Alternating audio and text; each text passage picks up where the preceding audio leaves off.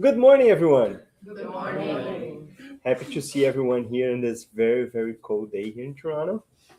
And today we will have the lecture brought by our friend Tiago, or Big James, whatever you prefer. And he will speak a little bit about rational faith. But before that, our friend Raquel will do the reading, and Mary will do the prayer. Good morning, everyone. Our reading today is going to be from the book Enlightening Messages. Only Today by Manuel Monteiro. Throughout your whole life, you will never have another day like today. Remember this and attend to all good that you can do. Be useful by helping someone. Pay heed to your duties. Happiness and peace, hope and care are what you wish to sow in your path. Joy and favor are gifts that you wish to offer, relationships that you need to mend, courtesies at home, the most simple and the most demanding work, review, readjustments, corrections, forgiveness, signs of care and esteem, spiritual support during the work that you embrace and bless. Not one of these things should you delay or leave for later, because time will not return, and a day like today you only have once. Be aware of the cries of those in the height of anguish and sad heart torn apart by slander. Go where there is affliction, offering to each suffers a gift of love, and there you will see a divine light, sweetly irradiating peace, goodness, and joy. From this light, the deepest part of your trusting soul will hear Jesus tenderly say, "Dear soul, come." I hear your voice in prayer everywhere. I must, however, await you in the field of goodness. You said I was right in knowing that God loves and understands through you. You looked so far away for me, and all along I await you close by. Good soul, I am here. Oh, haha. You did too. That's okay. No, I read the end of a second thing. That's why I'm like, this is not making any sense. Sorry about that, guys. That got confusing a little bit. I was like, this is not making sense.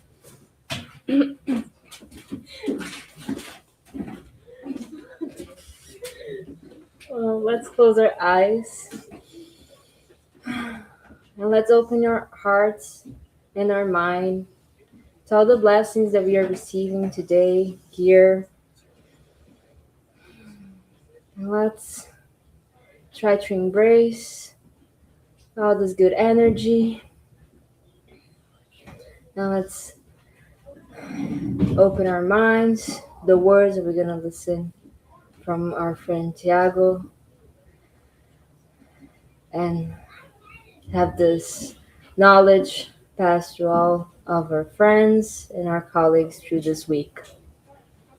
So be it.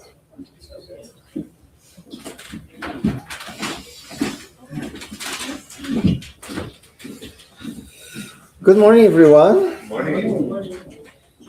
So I remember what people talk about, especially when they talk about me. So when you say that I'm the big Jaguar because I'm older, is that the reason? If that is, that's okay. It makes sense. I am. Well, here we are. We don't need to repeat, right? We're very happy to be here, even though it's so cold outside. We are beating records, so good for all of us, Today, we are going to more or less continue a little bit what Tiago was talking about last week. because Thiago last week talked about Allan Kardec, and he gave a very beautiful and a very comprehensive introduction of who Allan Kardec is, where he comes from, his influences, including some of the professional, educational, philosophic influences, and then a lot of his work. And today, what we're going to do is extract basically something from one of his works and talk about. And it is very refreshing to read Allan Kardec, especially in the times, let's say today, where we are so potentially confused with so many messages, so much influence, so many different opinions all around us. There is an explanation for everything. There is any path that any of us can take. But what Allan Kardec does, and it is very relevant since then until today, it is that he looks at life, he looks at the world around him, and the phenomena that he decided to study, not from the lens of mystery or from the lens of mysticism, but through a clear, rational lens of an educator, of a scientist, of a man that was very interested to get to the bottom of things with so much knowledge and experience that he had. And we're going to focus specifically on one of his books from 1859, which is called What is Spiritism? And specifically, we're going to focus on the chapter 1. And that chapter 1 is really, really amazing for anybody that wants to sometimes, have a clearer comprehension of what Spiritism is, and a more dialogical way to understand Spiritism. This is a wonderful book. Chapter 1, it is basically a conversation that he makes up with 3 different characters. So he creates that based on the experience that he had discussing and having dialogues with so many people that searched him in search for answers for questions that they had, and also for those who were skeptic, for those who didn't believe, for those who had lots of doubt, and especially for those who wanted to talk to him to try to combat his ideas as well. Those who were very defensive against Spiritism. But Allan Kardec does that with such clarity, without judgment, with a very genuine interest, not only to educate them in the way that he could, but creating then a book about it. He wanted to educate everybody.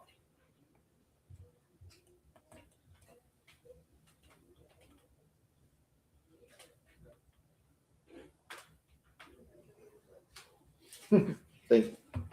So let's put in context the book, What is Spiritism? So in 1857, Allan Kardec publishes then the first edition of the Spirit's book. So as we all know, it is the philosophical aspect. It is also a book of basically of questions and answers. And if anybody is curious, the internet provides that. If you go to the very first edition, the edition in French, it had 2 columns. One was the questions, one was the answers. So it was really a book of questions and answers to give meaning and understanding for so many questions that many of us had for so long, and people back then, and to provide meaningful answers for so many things that were happening by the 1800s, which had to do with the so-called paranormal phenomena, right? And then after that, 2 years after, he decides to publish this specific book, What is Spiritism? So imagine that between 1857 and 1859, probably there was a lot going on. Probably he had the opportunity to connect with so many people, right? To contact so many people. By then, he was also starting to publish the Spiritism magazine, right? So talking about philosophical, spiritualist themes. and probably there was a lot of attention that started to be, aggregated into this new knowledge, this new science, this novel thing that was the Spiritism. So he decides to write this book. First of all, it is an introductory book for those who may be not yet ready to go to a book like the Spirit's book. And as we said before, a book to help all of those to break their own defenses, and maybe to help those around them that had some defenses as well against Spiritism. And from them, he goes to the Medium's book and to the Gospel according to Spiritism. We point out those specific works because this book is in a context and within a very specific body of work that Allan Kardec develops with the support and direct help of the spirits. That's when he finally compiles all the material that today we understand that Spiritism is a philosophy, a science, and also a moral code. Today, when we talk about the triple aspect of Spiritism, that is the context in which he was developing all of that. Philosophy, science, and what we call religious, the religious aspect, which is basically giving the moral connection, the moral content of Spiritism for us.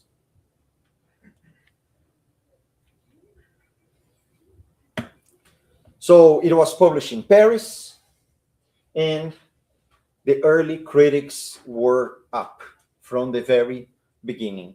Even Allan Kardec in the beginning, as Thiago said last week, he was not necessarily so interested. He thought it was just something that would pass, all those phenomena, the turning tables, and those communications that didn't have explanation. But he had already published the Spirit's book. Maybe people were confused. You can only imagine with something new like that happens, with this big book of questions and answers that if people didn't know where they were coming from, right?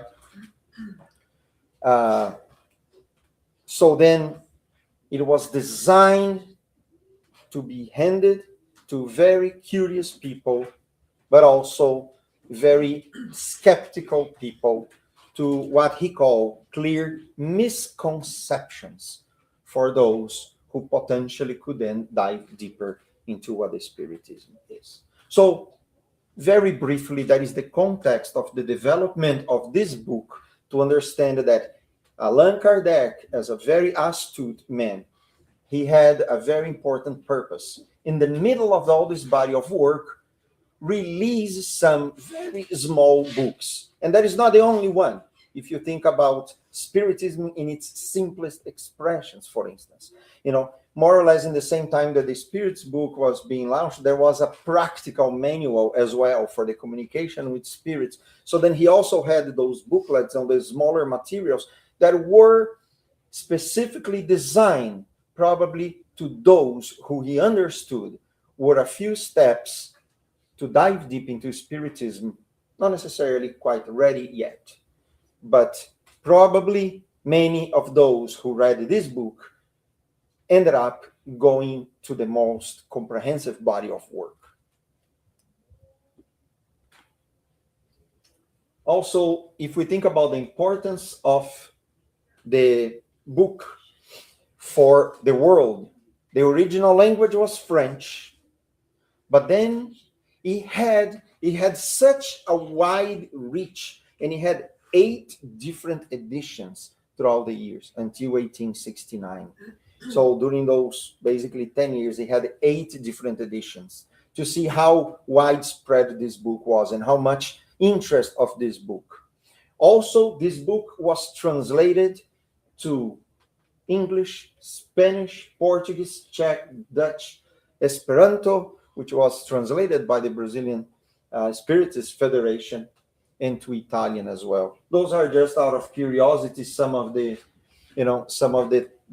covers. This was basically the first edition.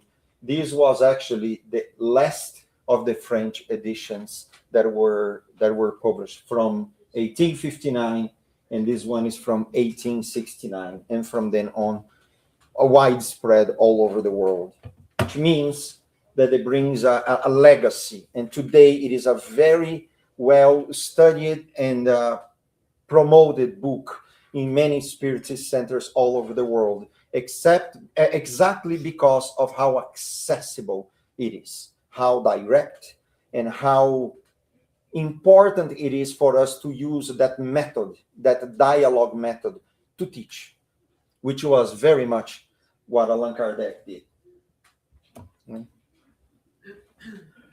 Okay, let's think about a little bit deeper about the influences, especially the educational influences that Allan Kardec had that helped him to create this work. This is important for us to understand that, because as Tiago said before, Allan Kardec was a man of his time. He was influenced, and he studied, and he learned, and he developed a lot of a body of work, not only for the spiritism, for the education in general. And he had very important influences that really are very present in all of his work, specifically in this work called What is Spiritism? So the first one, we know, and Tiago spoke very well about that, it was Pestalozzi, who was the German educator, who was a visionary, who was one of the pioneers of basically, children's education, the one responsible for, the development of what we call kindergarten today, and one of the pioneers also of understanding how to reach people where they are. It was a very important concept that was novel at the time. So you can imagine how important it is to have that influence for Allan Kardec. And Pestalozzi had a very interesting method of inductive reasoning, right? Moving from the visible to the invisible, starting with the things that were around us and move to abstract them. And that's what he does with this book. And also, here we have Socrates. And that is very important because the Socratic method, right, or the maiotic, it is bringing truth through dialogue and through questioning. So it was the dialogue format that was very present in Socrates' works and Socrates' philosophy that Allan Kardec brings to this specific book, because he understood that that is a very effective way to bring the truth from within us, to bring knowledge and to bring understanding through dialogue and through questioning, breaking down those questions to make us look within.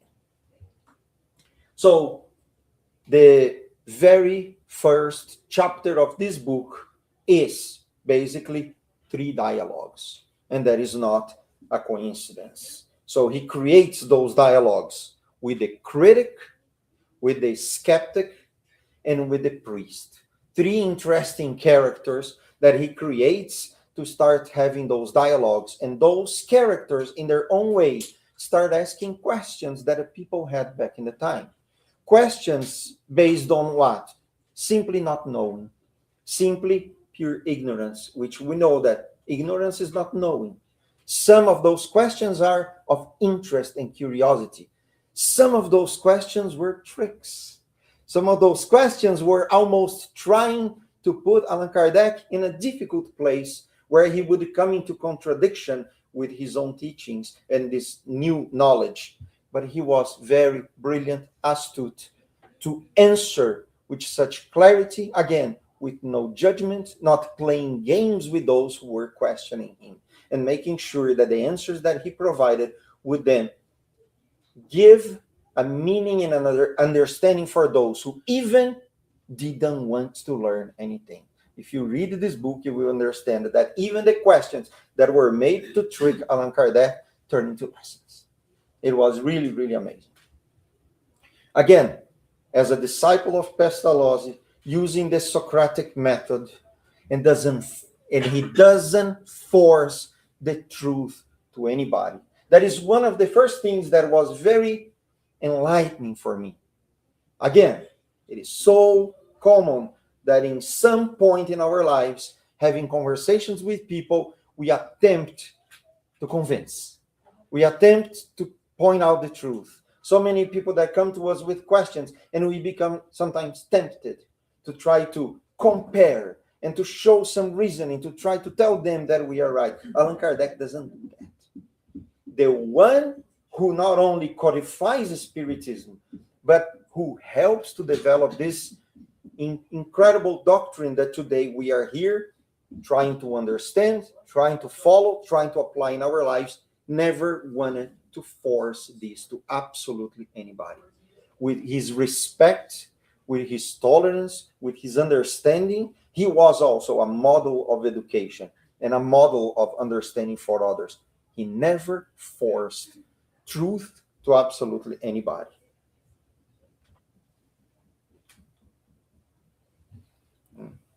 So if we think about, what Allan Kardec saw, right? Allan Kardec started looking at those meetings, right? Those meetings where people were gathered around asking questions. The tables start moving. They start asking questions and demanding very simple answers. 1 tap for yes, 2 taps for no. From then on, the spirits start revealing themselves. And Allan Kardec then brings that understanding, right? If it is an intelligent phenomenon, it must have an intelligent cause, right? And he faced that question himself. I will believe when I see it. And when it has been proven that this table has a brain, there was a very common, a very common statement. And Allan Kardec brilliantly will say to us, seeing is not believing. Understanding, feeling, experiencing is believing. And that's the seed that he plants to what he will do years after in the gospel according to Spiritism, when he then says that the Spiritism will help us not to fall into blinded faith, but into the faith that is rational. Allan Kardec never excluded deep thinking, reflection, and questioning to any of the topics that he discussed in Spiritism and anything that he encountered. And that is the first lesson that this book can give to us: rational faith. Rational faith is the one that can face all the doubts, that can face all the criticism, that can face all the questioning, and can face all the truths in all times. And today we can see that happening, especially in a time that we are living a world of dichotomy, a world of separations, a world of polarity. Faith and reason are unfortunately part of that split that we are living. The rising of fundamentalists, the rising of skeptics. Allan Kardec, already speaking in 1859, understood that. And today we have important tools in our hands to not to fall into this world of polarity. Rational faith is the path that brings it all together and can help us to not be as split, separated, and polarized and against anybody or anything. That is the first lesson, at least, that I took from this book. And I hope that this is something that makes sense for everybody as well. And then it is very interesting because in this book, in the dialogue specific with the skeptic, right, he starts to develop in a beautiful way many of the terms and definitions that we use in our studies, in our lectures, in the mediumship meetings. We do that all the time. And one of the most interesting places where we can find clarity in those definitions and what they mean It is in this book, specifically in the dialogue with the skeptic in the chapter 1. He explains, for instance, the definition of why he called spiritism, right? When he starts talking about the difference between what the spiritualism was, which was already very well defined, but creating that body of the doctrine of the spiritism, specifically talking about the existence, the presence, and the influence of the spiritual world and the spirits themselves in our lives, and the relationship between the material and the spiritual world, and the clarity that he brings explaining that. It is amazing. Also, he introduces to the skeptic the notion of the perispirit. Why does he do that? Because some of the questions that are brought to Allan Kardec are, what about ghosts? People talk about ghosts. Are we influenced by them? Aren't they the demons? Aren't they the all evil spirits? Why do we see those presence? Why are those things happening? How can we make sense of that? Is this charlatanism? Is this a lie to scare people? Is this a mechanism to exploit people and take money? Because this was all there. And he then brings the notion of the perispirit exactly to help people who didn't understand yet the ghosts that we call, ghosts are not anything magical, but that is how the spirits act in this world. That's how we act through our thought in this world as well. That's why spirits can communicate. And also explaining that if what they called back then magic, mysticism, or anything that was supernatural, it was simply because the laws were still unknown. So not only he starts giving that explanation, but he starts giving us the notion that what is unknown is not necessarily supernatural. What is unknown is there to be known. What is not known is an open door for us to become curious, to become interested, and to become knowing.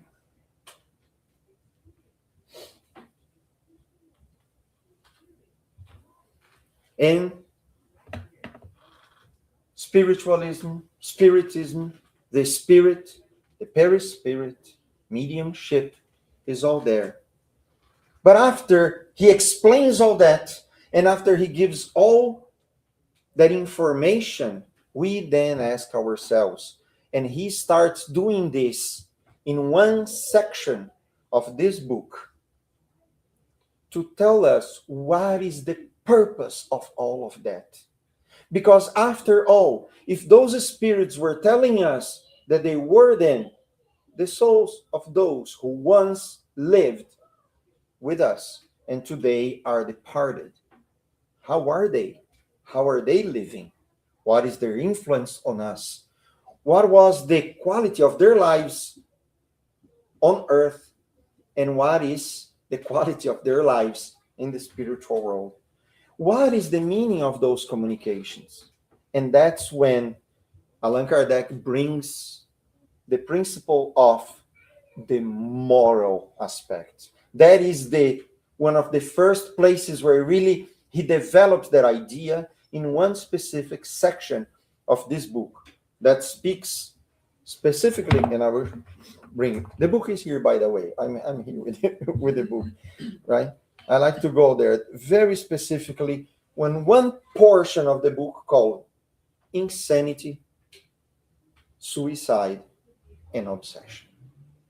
It is a very small portion of this book, but while reading, the first thing that I thought it was, this somehow led to one of the greatest pillars of why Spiritism is relevant for us. Because if there was no purpose, this would be just another fashion. It would just go away just like it appeared, like a tap like that. It would just go away. But it didn't.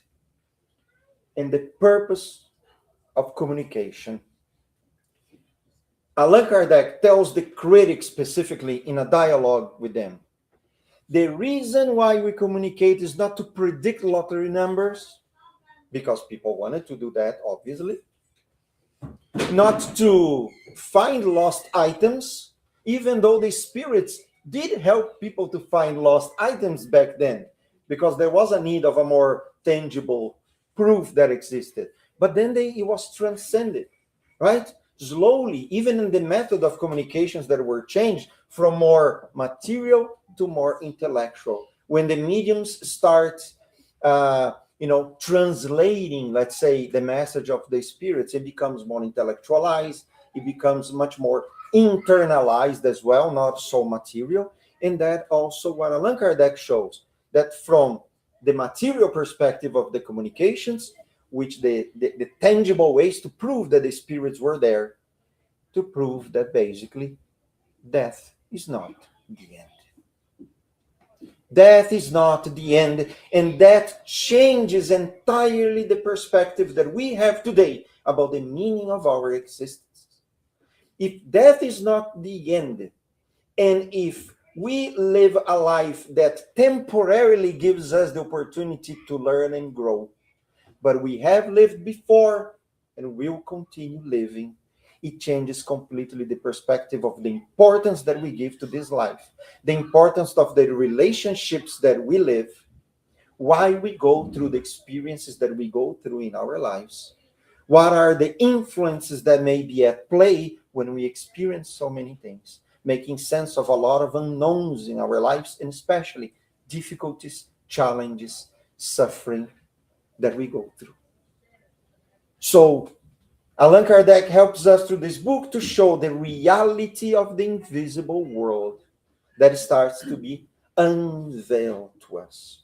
And not only that, he also talks about the nature of the spirits, because there is a dialogue with a priest, which for me is the most beautiful one, when they start talking about religion, but then they start going deeper, because that priest, instead of simply being skeptical and not wanting to discuss and simply combating the ideas, they start having the dialogue. Okay, let's suppose that then the spirits exist.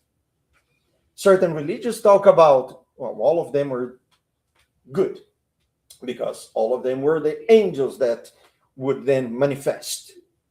But other religions would say that every single spirit is an evil spirit. All of the manifestations are demonic. What do you think about that? And here is Allan Kardec for the rescue and say, it's both and much more. The spirits are us. Therefore, humanity is a mirror of the all that the classifications and the differences and the diversity of spirits that are in the spiritual world. Remember, there is not a mirror of here. Part of that understanding is here is a mirror of there. This changes everything. Here is a mirror of there. If we receive positive, negative, frivolous, enlightening communications, is because the spirits who are communicating also are good, are frivolous, are enlightened, are interested, are criticized, want our good, don't want our good. And then he presents what we call today the universal control, which was the method used by Allan Kardec to try to find consensus in the messages that were given from many different mediums all over the world that were sent by mail to him, and he would then sift through all of them. And those who presented consensus would then be published, would then be presented either in the basic books or in the Spiritist magazine, because then he would also put those communications to the test. through those magazines, especially through the magazines, he would then test the universal control, going back and forth with people to see if there were other messages and other lessons and other information that would, be provided by what he was doing. So he was intentionally creating the network of knowledge to also be the most coherent, cautious, and in his way, in his knowledge, scientific possible, the most scientific that he could be. Because he said something interesting. He always said, Spiritism is a science of observation. He used to say that. Today, it is much more than that, we know. But he said it is a science observation. It is a philosophy for understanding the meaning of life. And then it is also a body of knowledge that has what we call the moral consequences, right? Again, and he would use basically the same rule of thumb. And then here, there is another shift. That is another important point. Is Spiritism Christian? That is the question. That is another question. Is Spiritism coherent with Christianity? But which Christianity? We can talk about many Christianities. We can talk about many religions. But there is a question. What would be the path? That religious path. And the rule of thumb for the universal control gives a very good indication. The rule of thumb is a tree is known by its fruit. And knowing that the fruit is known by its fruit, we understand that. Who said that? It is one of the messages from Jesus Christ himself. We know the tree by its fruits. So, the science that Allan Kardec talks about, the science of Spiritism, first of all, learning to tell the differences, going through that body of information that we are all, exposed to, sift through all of that and accept only what is, what he would say, rational and good. Rational in the very sense that he brings to us, not taking things blindly, not accepting anything at face value because we don't know actually where it comes from. And also when we talk about good, and good here, let's remember Socrates. And let's remember the very ancient philosophy of good and bad, of ethics and morals that were given to us. Ethics, which is the philosophy that talks about the laws of good and bad, of what is positive, what is negative, and the morals are the actionable ethics. What I do that is moral or immoral, it is based on a certain ethics, on a certain code of values that we live by. So not only Allan Kardec is talking about Spiritism as a science of observation, but he's also presenting to us a set of values for us to live by, to live better. And where does he draw that? Well, the spirits will give them that answer. It will be the original Christian message that has been distorted throughout the years and throughout the centuries. That in this moment to him is being given for him to be able to use that same control and sift through the distortions, sift through the misunderstandings, sift through the manipulation to try then to restore the essence of the message of Jesus. So, let's remember universal control. Let's remember the rule of thumb, a tree is known by its fruits. And here, of course, that inevitably we go back to the gospel and to one of the most important, apostles that Jesus had, which was John. In his own epistle, he would say, "Beloved, do not believe that in every spirit, but test the spirits to see whether they are from God, for many false prophets have gone out into the world." It's so profound because even here, John is not only talking about the prophets as people, talking about prophets as mediums. Know if the spirit is from God, because the false prophets are prophesying words that are coming from imperfect sources. So we also need to use that rule of thumb to understand, since back then, if the messages that are being given from the spiritual world to this world are in fact messages that are worth for us to take as lessons that are important for our lives, and then to live by them.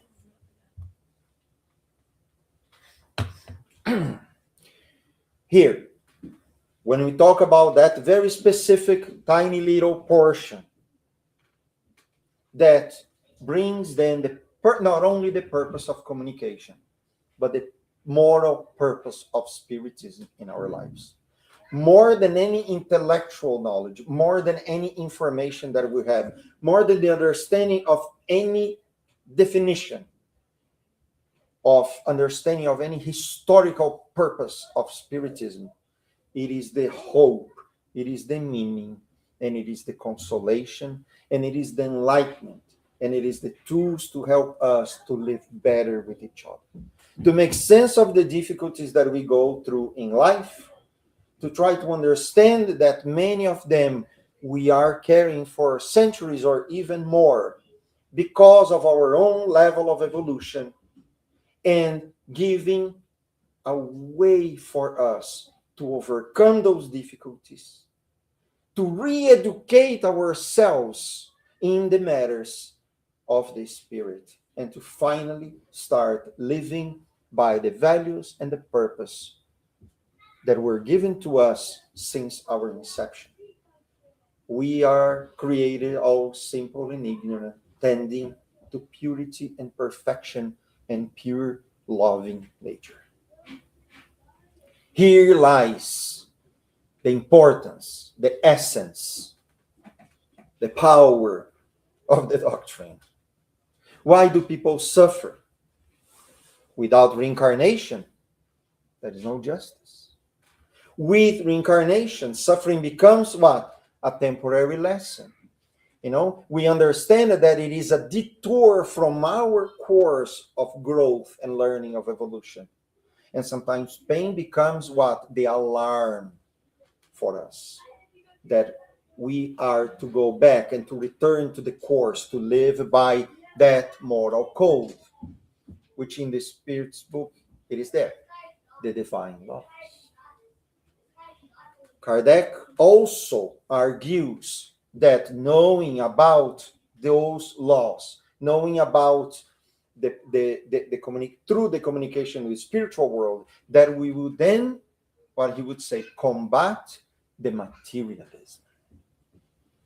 The idea that if we only have one life, each one on their own, there is no need to care for anybody else. There is no need for trying to live a better life and understanding and forgiving and tolerating.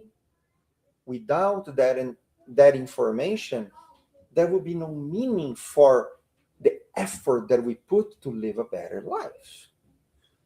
So through those dialogues, he would say, moving too fast in life, shortening your lives. He never spoke about being a crime. He spoke about being a mistake. A mistake because you will need to redo it. Shortening your life doesn't kill your problems. It kills the opportunity to solve them today. That's what it kills. And you will return, and you will awaken with the same anguish, with the same regrets, with the same problems, and you need to be ready to restart. And he also talks about the problems that come from that misalignment. When we misalign ourselves from living by those values, we also are open for the influence of all that spiritual world in the level that we are connecting ourselves. Therefore, it usually becomes a little bit harder for us to restore our path because other influence come to play that don't want us to succeed, don't want us to overcome, don't want us to to be successful, because mainly the inferior spirits themselves don't feel that they are capable of changing and bettering themselves. Therefore, every time that we look at something that we cannot do and we see others doing, there is two things mainly that happens with us because of our inferior nature: jealousy, envy. The jealousy with the idea that I need to possess what is good that others have, and the envy, which is even sadder, because the envy is, I don't have it, so you won't have it. Unfortunately, not only positive influences are with us, sometimes negative influences are with us, and they make our path a little more difficult, because seeing others progress for those spirits hurts them. So because they are hurt, they hurt. So we remember, sometimes when we are hurt, we hurt. Because they are not they are us. In the same way, we are a mirror of them. Right? So we think about the prevention of suicide, shortening our lives, the prevention of what is called, insanity. Allan Kardec back then had a very specific understanding about mental health problems, and he said maybe that understanding, is very positive. And he also cautions us, be careful not to hyper focus in one only thing. He was actually cautioning us against fanaticism, against blind faith, against not thinking about what you believe, and what he would call the single focus, that what today we call that mono idea, that is very common in cases of obsession as well. When spirits are hyper focusing only one idea, they usually detach themselves from everything else, and they turn within themselves. And that's what he's also helping us to prevent. That we don't lose connection with everything. Don't lose connection with the sources of growth and learning and education and relationships, because they are all here for us to continue growing and learning and progress.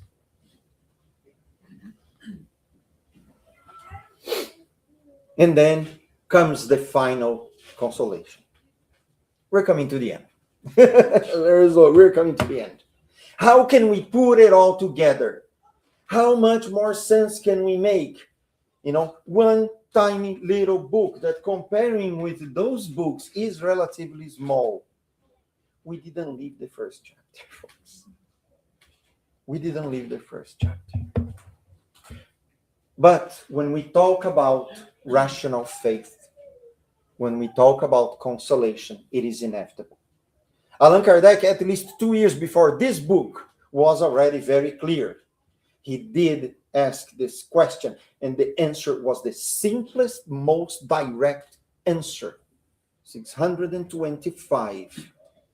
The most perfect type that walked on this earth, that is the model and the guide for all of us to act and to follow this path.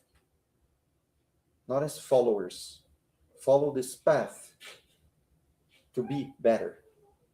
And the answer is very clear. It is Jesus. It is Jesus. Right? If we think about the promise that was made, Jesus promised another consoler, advocate, paraclete, all those names. Jesus says they will be with us forever, for all eternity. And that promise, consoler, today we understand through a lot of rational faith and say that is the Spiritism. The second coming is not Jesus himself only, but it is all what Jesus created, what Jesus taught, what Jesus represents that is alive today. For this earth today, we understand that is what we call the Spiritism, which is the closest path today to us to what the universal love that comes from God is. The confirmations.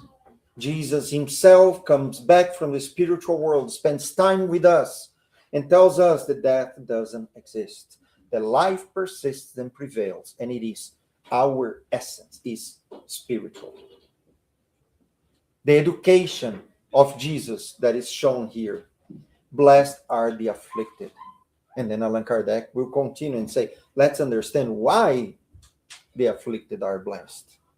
We're not seeking pain. We're not to self-inflict pain and affliction to ourselves, but the pain that we carry today has a meaning. And we can live better through understanding, through doing everything that we can to overcome, and not only that, to looking at the pain and affliction of others, to practice something that we also have within us, that today in modern science we call empathy. And through the rational faith that can face the faith, that can face reason at all times, that doesn't run away from reason, doesn't run away from questioning, doesn't feel guilty by questioning. As spiritists, we learn that we are free thinkers, which means we can question. We can study. That's why we have study groups. We don't have simply prayer groups. We don't have simply passive methods of taking it on. We think, we reflect, we comprehend, we make sense. We try to make sense of this for our lives. We try to make sense of this for society. Right? We always must address the faith that we receive, the possibilities of hope and consolation in the best possible way that we can. But undeniably, Allan Kardec brings to us that conviction that the Spiritism is the fulfillment of the Comforter promised. There, in the chapter 14 of the book of John. Jesus taught us ultimately to love. And that love for Allan Kardec is a law just like gravity and just like the novel electricity back then. Love is a law. Love is the law that moves us forward. Love is not an imposition. Love is not a comparison between who is better or who is worse. Love doesn't belong to comparing myself to anybody, doesn't make me superior or inferior to anybody. It is a law for us to live by. Because we also understand that by love we recognize each other in the same path. We recognize that what I have today, you may need. What you have today, I may need. And we can only go forward together. Love doesn't exclude anybody. that is the opposite. Love recognizes the need for each other. Right? That's why Allan Kardec sits down with the most potentially difficult people that could question everything that he was developing. Allan Kardec never, judged even those, who burned all his books, as Thiago said last week. But he was able to face all those detractors and the critics, and in fact use all of what they did to continue growing. Because he didn't have time to criticize or to judge. Criticize in the sense, he was very clear. When he knew that something was wrong, he was very clear to say, but he didn't have time to judge. Because we have work to do. Right? By proving also that the love, survives.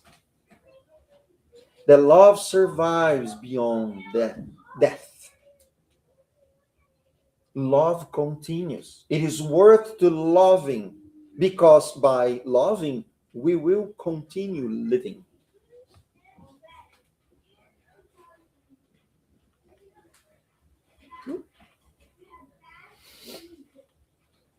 Please. There. Again, science of observation, rejecting supernatural phenomena in favor of natural laws. It offers a rational, pragmatic, direct, action-based approach to healing, to helping, to supporting, to relating to each other. Study, observe, transform, change, grow. Remember, years after, these will become all spiritists. Hear me. That is the first law, that you love each other. And that is the second, that you educate each other. Love each other, educate each other. That starts right there. We end here where Kardec ended. There is no marvel, but things are marvelous. Right? There is no magic, but everything catches our eyes.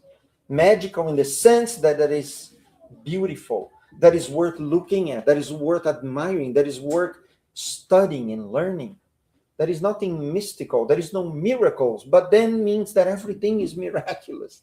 Everything is sublime, it is divine. It is there for us to explore relationships, self-learning, self-knowledge, self-care, care for others. Sitting with each other, talking about our differences, our agreements, and learn how to live better together. Ultimately, it is what Allan Kardec would say, without charity, there is no salvation. That charity is also beyond material. It is the charity that listens, it is the charity that ponders, it is the charity that understands, the charity that grows together. It's the charity to ourselves. I'm doing the best that I can today, and I will continue doing that no matter when, no matter where. And that's it for now. Thank you.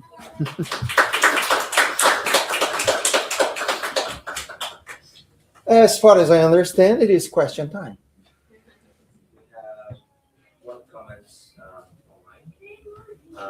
It's from Michelle. She says, "Thank you for addressing John chapter 4, verse 1. For those raising Protestant Christianity, where spirit communication outside of God and Jesus is often taught as sinful, would you recommend this book as a way to deepen spiritual and Christian understanding, particularly where these teachings may have been misunderstood?" Short answer, yes.